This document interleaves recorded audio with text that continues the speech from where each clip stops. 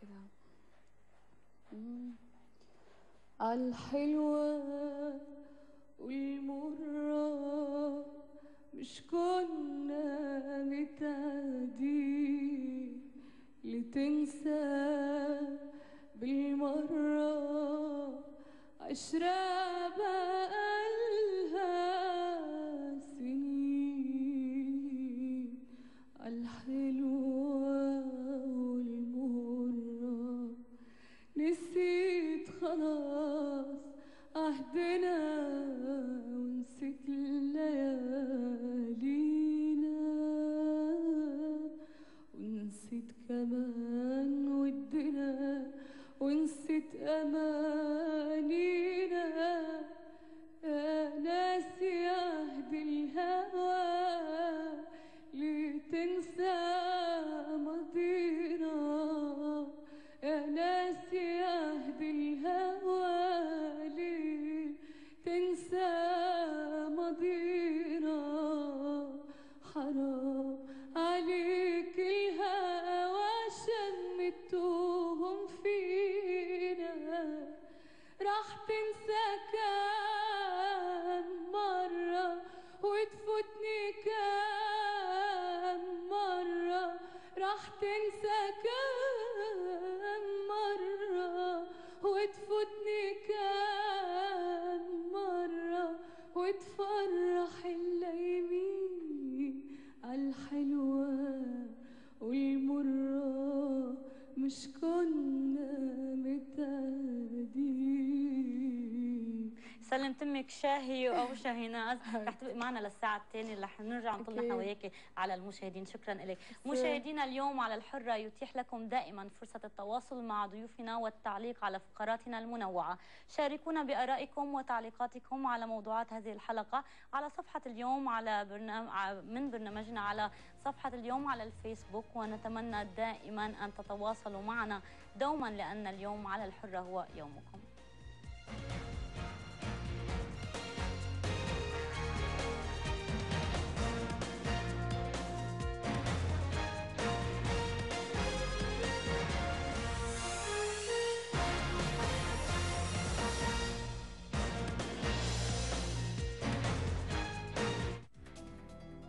كيف ينظر المجتمع إلى الليدي جاردز أو المرأة الحارسة؟ لي فرصة كويسة في التمثيل حتى تاخديها، ولكن التركيز الغناء، التركيز الأساسي الغنى طبعا. طب بقلب الأكاديمية ما بتتشتتوا إنه مثلوا شوي غنوا شوي، ما في تركيز على شيء معين؟ هو يعني الموضوع بعكس البرامج الأخرى، البرامج الهوايات الأخرى بيكون التركيز بس على الغناء. صح، أنا معاكي، بس ستار أكاديمي مش بيركز في تمثيل إن هو واحد يطلع ممثل أو مطرب. الموضوع إنه يخلق فنان شامل، بيعرف ازاي يقف على الستيج، بيعرف ازاي يكون واثق من نفسه وهو بيغني. لو جات له الفرصه انه يمثل هيمثل، يغني، يقدم كل حاجه، ان هو يكون واثق في نفسه، فنان شامل. ستار أكاديمي اكيد اكيد فادني في كل حاجه، ان انا اكون واثقه على نفسي، اعرف ازاي اقف على الستيج. انا بعرف طبعا من الاول، بس اكيد فادني في حاجات كتير قوي. طيب شاهي، خلينا نحكي وبصراحه، سيئات يعني انت عشتي بخلال هالتجربه، عشتي فيها، يعني هذا التلفزيون الواقع وعشتيها، سيئاته وايجابياته وبكل صراحه. شوفي هقول لك حاجه، كل حاجه ليها المميزات والعيوب بتاعتها، بس اكتر حاجه في رايي انه كانت من العيوب الموجوده في ستار اكاديمي ان احنا 24 ساعه متشافين. بمعنى انه انا في رايي ان الفنان لازم يكون له خصوصياته، ان الفنان له خصوصياته وله حاجات معينه مش كل الناس المفروض ان هي تعرفها.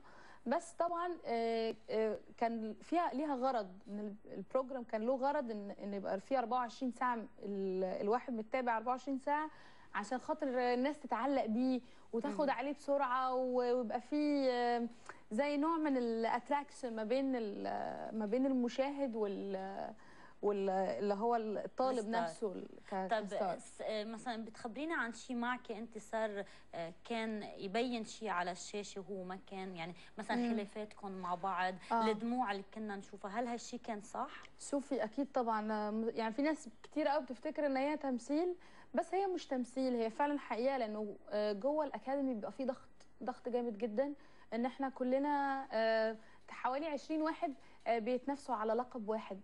فطبعا كله بيبقى فيه طبعا مشاكل، خناقات، صراعات، ضغط جامد قوي.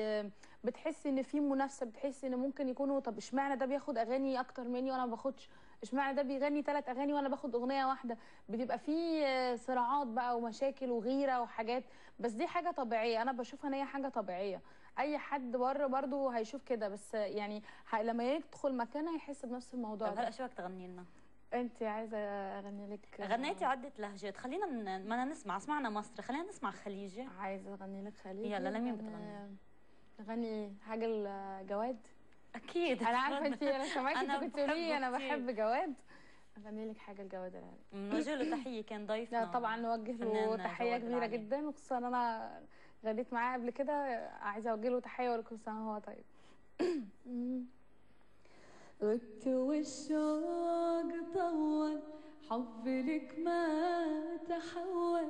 غبت الشوق طول، حب لك ما تحول.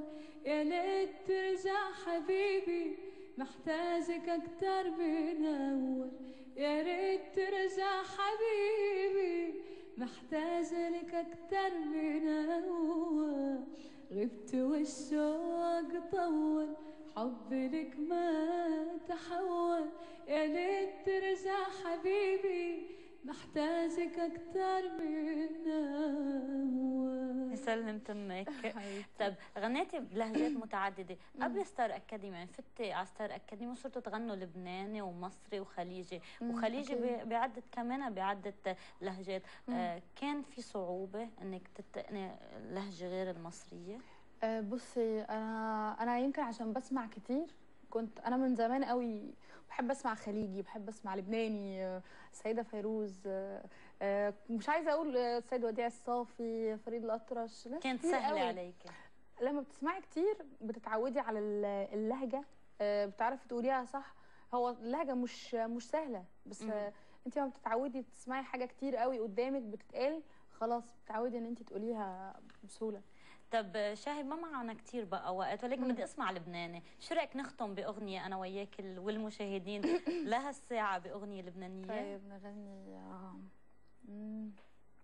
نغني حاجه للسيده فيروز. يلا ايه رايك؟ بدي ارجع اسمع منك بالساعه الثالثه كارول صقر. انت عايزه كارول صقر؟ هلا بنغني فيروز. اوكي.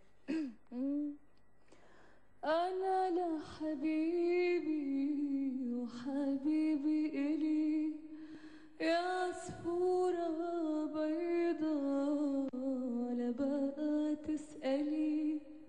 لا يعتب حدا ولا يزعل حدا، أنا لحبيبي وحبيبي إلي.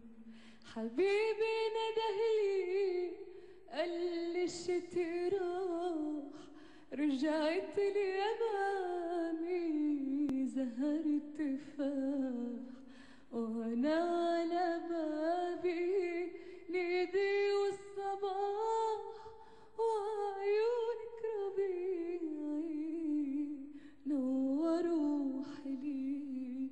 أنا لحبيبي وحبيبي إلي، يا عصفورة بيضة لا بقى تسألي. لا يعتب حدا ولا يزعل حدا، أنا لحبيبي وحبيبي إلي. شكرا لك، سلم تمك.